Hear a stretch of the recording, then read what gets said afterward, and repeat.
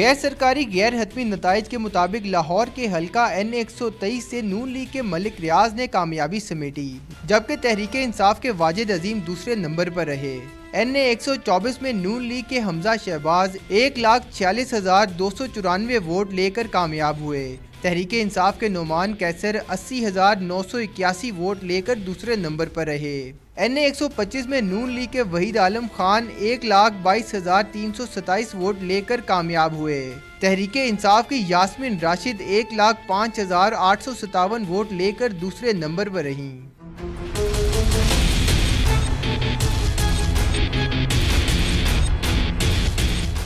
N126 میں تحریک انصاف کے Hammad Azhar 1,05,734 vote لے کر کامیاب ہوئے۔ نون لیگ کے مہر اشتیاق 1,02,677 ووٹ لے کر دوسرے نمبر پر رہے۔ N127 میں نون لیگ کے علی پرویز 1,13,265 ووٹ لے کر کامیاب ہوئے۔ تحریک انصاف کے جمشید اقبال چیمہ 68,818 ووٹ لے کر دوسرے نمبر پر رہے۔ N128 میں نون لیگ کے شیخ روہیل اصغر 98,199 ووٹ لے کر کامیاب ہوئے۔ تحریک انصاف کے اعجاز احمد ڈیال 52,774 ووٹ لے کر دوسرے نمبر پر رہے۔ N129 میں نون لیگ کے ایاز صادق 1,03,021 ووٹ لے کر کامیاب ہوئے۔ تحریک انصاف کے عبدالعلیم خان 94,879 ووٹ لے کر دوسرے نمبر پر رہے۔ N130 میں تحریک انصاف کے شفقت محمود 1,27,405 ووٹ لے کر جیتے، جبکہ نون لیگ کے خواجہ احمد حسان 1,04,625 ووٹ لے کر دوسرے نمبر پر رہے۔